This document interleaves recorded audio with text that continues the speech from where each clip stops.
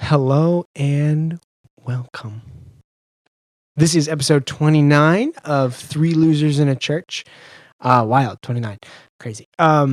This episode is titled Nothing Really Matters, but yeah, I came up with that. It's true. And the topic. I have to give you a shout out because usually I come up with topics, but I was really blanking this week. It was good. So we're going to be talking about my favorite book of the Bible, which is, it's weird that it's my favorite book, but it's fitting. Ecclesiastes. It's really not weird when you know you. Yes, yeah, you're right. It's like weird objectively. Like if you're like, wow, that's weird that someone likes that book. If you're like, oh, Tyler Page, makes sense. So yeah, we're going to kind of talk about how nothing really matters, but also some things kind of do matter. Only some. Only some. I really wish you could see his face right now. Yeah, this is my So zone. strain, like. I'm stretching my face kind of oddly. But yeah, so Chris, if you'd like to read that passage. So Chris is going to read Ecclesiastes chapter 8, verse 15. From the New Living Translation. Yes, NLT. Yes. 8:15. So I recommend having fun because there is nothing better for people in this world than to eat, drink, and enjoy life.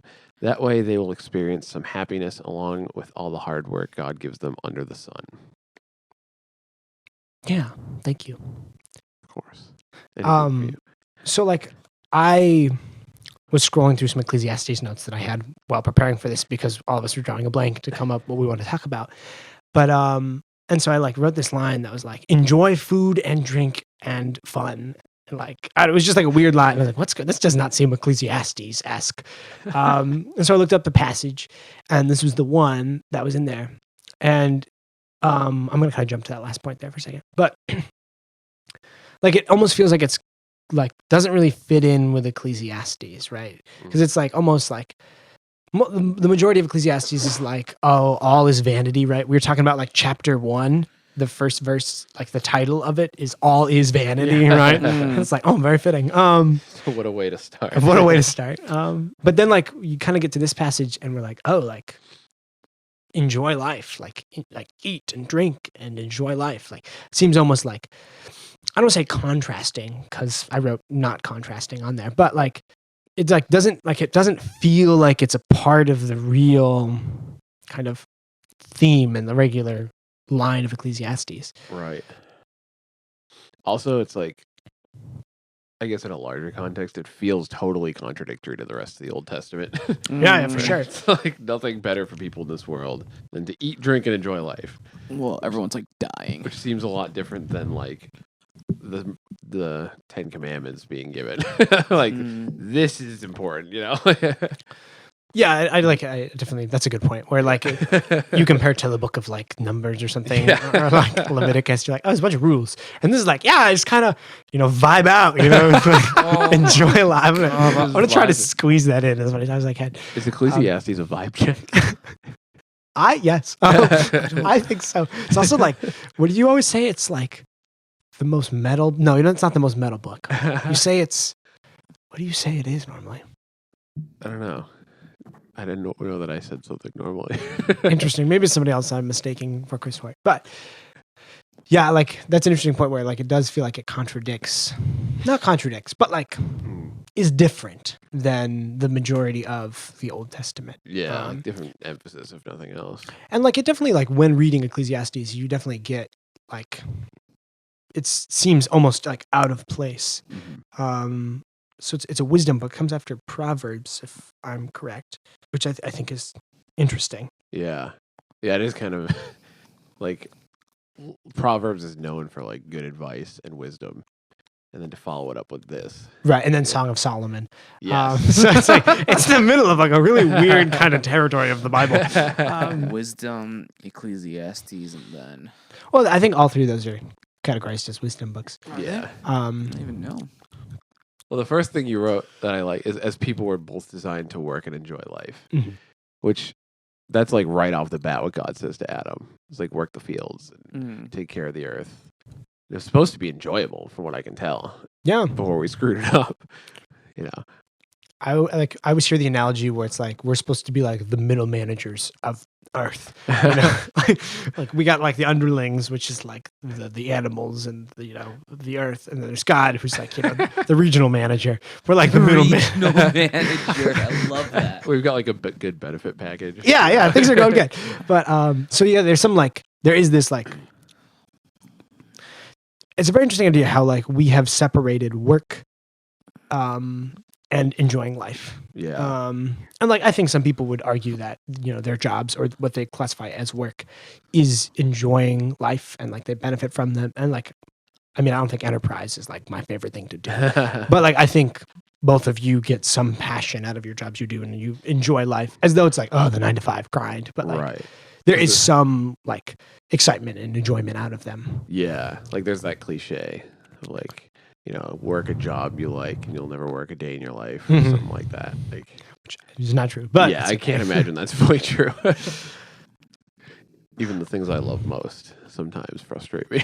Indeed. That was the exact point I was going to make, because it's like even those things that we really enjoy and like are great, like example, we'll go back to the passage, like the food and the wine and like the things we enjoy in life, sometimes they're going to get us angry and upset, like, and they will become like, require effort. It'll be like work-esque. Right. You've ever been mad More at a you pork do, chop? yeah.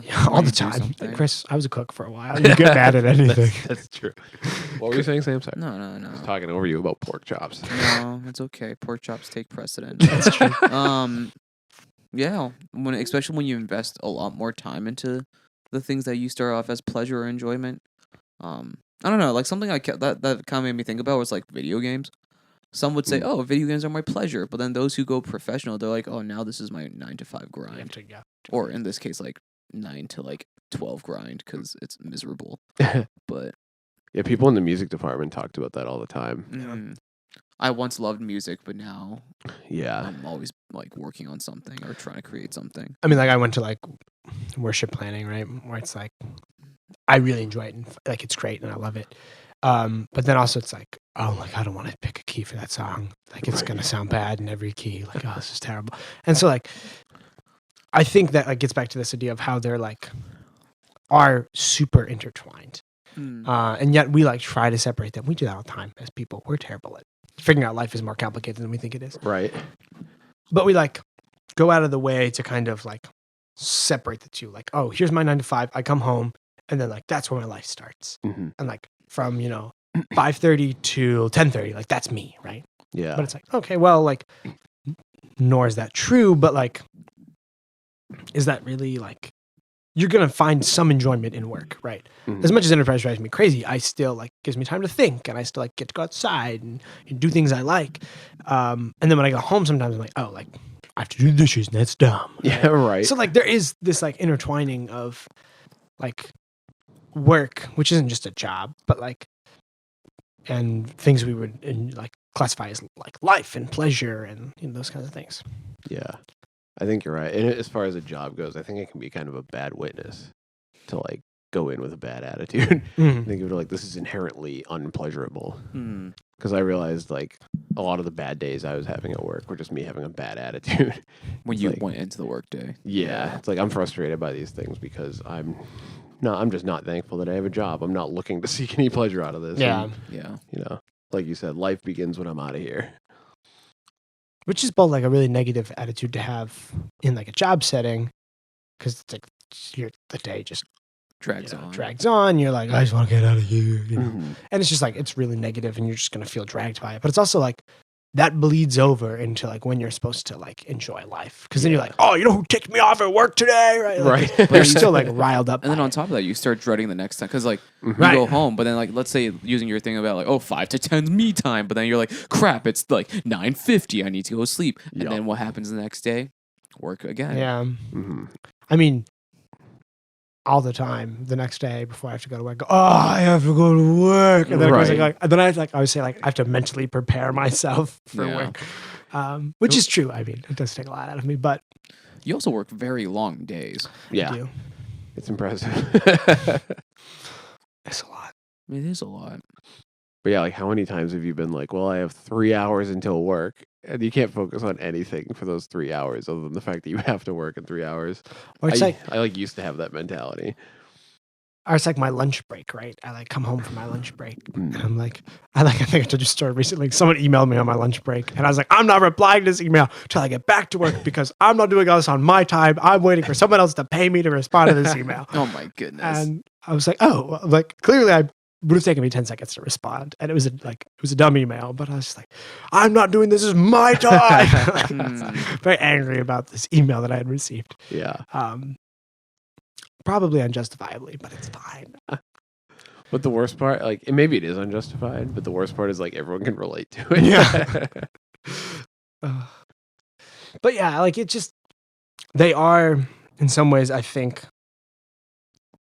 like, not even I think, I know that they're interconnected. I think most people would agree with that point, that they are one and the same, and how like we do tend to focus and dread one and then the other. And so like, I think this passage is kind of like a nice reminder where like we are supposed to eat and drink and enjoy life. But on the flip side of that there is still hard work that God has given to us. Yeah. And then like there's still beauty in that, and there's passion, and there's frustration and anger and things that go along with that. But there's also like a love for what you're doing and like, you know, other positive aspects to that as well. And I think you mentioned earlier, like the idea of like blessed, like, oh, like the idea of even having a job is a blessing, right? I think that's so important. Like, I mean, the whole like, I cringe whenever someone's like, oh, like good vibes only, right? But the reality is like, you know, like when you go into your work day, it's like, oh yeah, like I'm blessed to have this job. I'm blessed that I can even make money, or I'm blessed I can even say I do something with my life. I don't know, but like,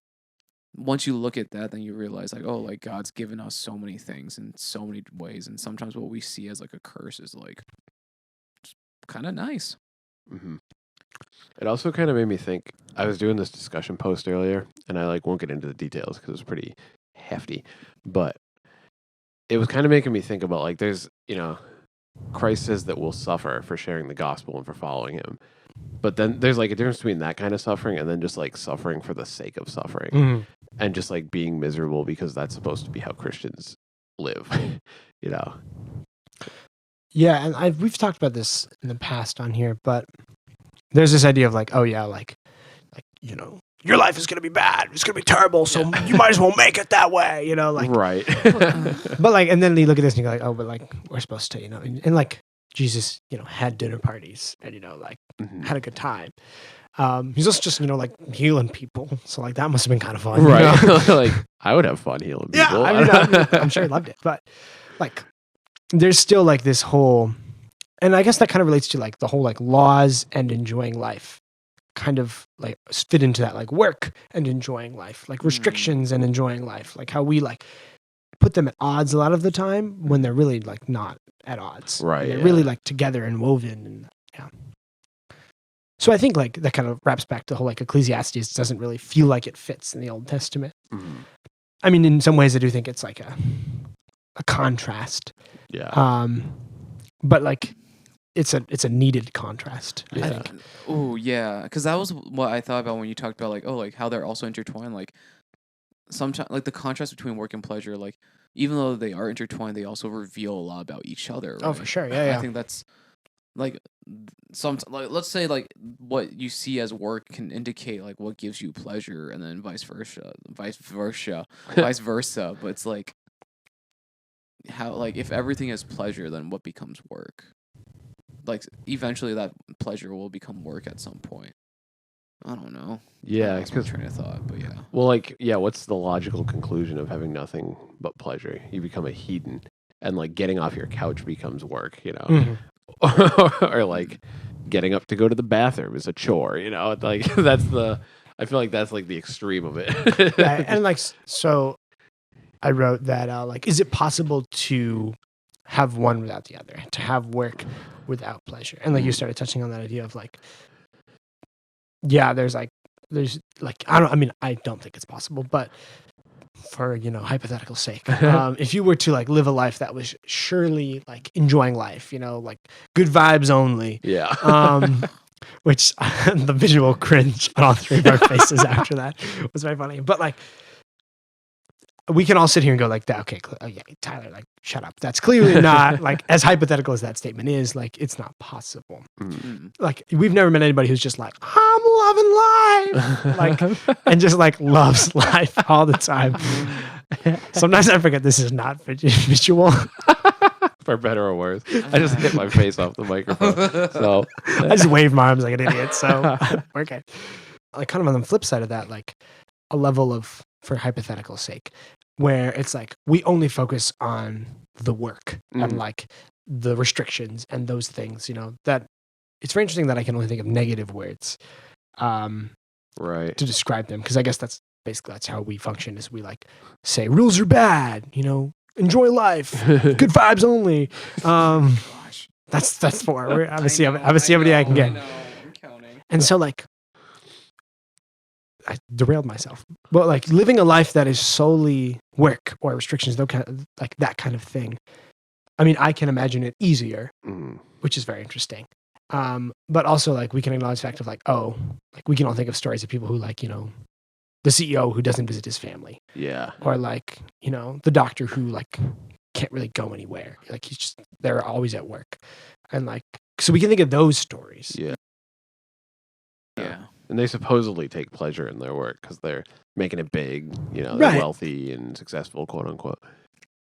And I'm sure they do. I mean, I think the vast majority of those people who, you know, do those high pressure professions do find joy in it. I don't think people become a doctor or a CEO because they rolled the dice and it happened to work out that way. Right.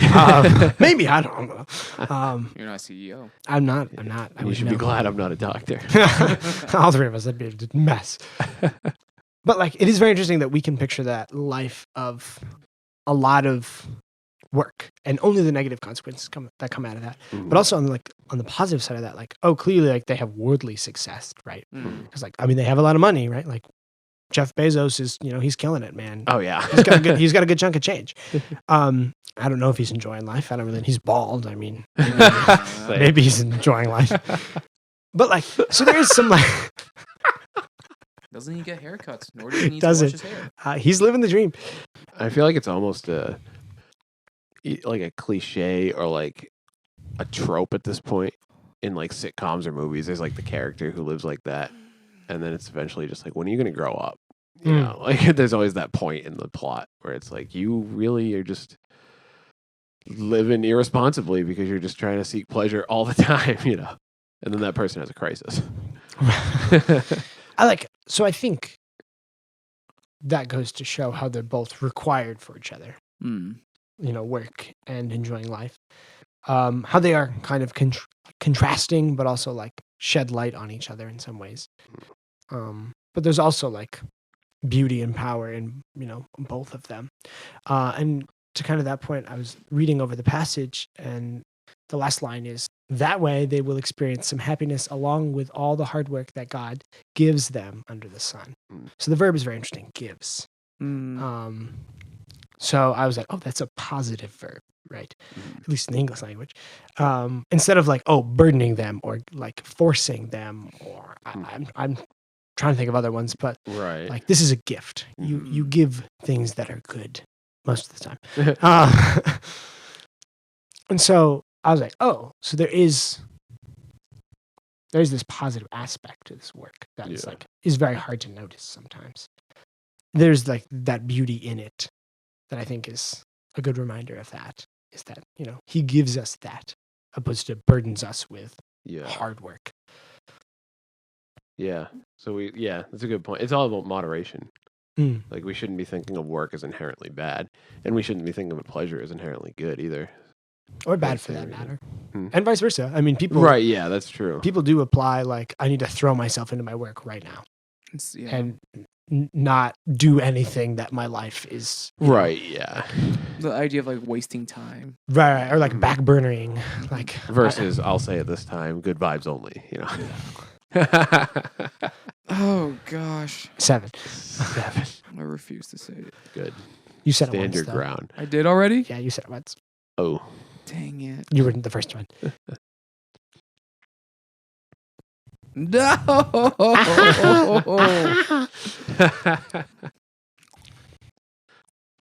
Yeah, so... It's very interesting. Does all this amount to life being meaningless? I'm going to continue to stick to my guns and say nothing matters. There's nothing new under the sun. But Thank you. But But I think this is a very good kind of life advice. It is a wisdom book, so I think it does bear some wisdom. But that we should enjoy life, but also like that God gives us hard work for a reason. And I think this goes to say like people who work really hard should probably enjoy life a little bit more. And people who enjoy life a little bit too much should maybe work a little harder. Yeah, get a job, you hippies. That's not where I was going. But and I think like the vast majority of people that I know should definitely, myself, us included, should enjoy life a little more. Because when I already kind of said this, but like when God created man and earth, it was a gift that we were to work the earth, and like life was meant to be enjoyable and painless. So that is God's intention for us. So yeah. So if we focus way too much on the negative or the positive, then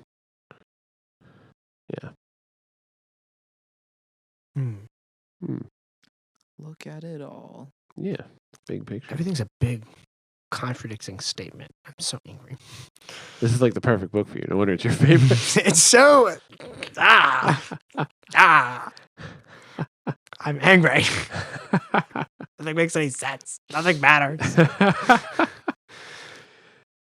On that note. Out of that note. But nothing matters. But nothing really matters. But that's a good title, thank you. Yeah. This has been episode, I guess, 29. Sure, we'll go with it. Nothing really matters. But was the title. It was great. Thank you for listening. Make sure to check out our website, 3 losersinachurch.com. And you can see where we post all of our videos and where we stream from and all our platforms, along with also our Instagram and stuff like that. Super cool. Give us a like, share us, do some cool stuff. We out. We out. Have a good one.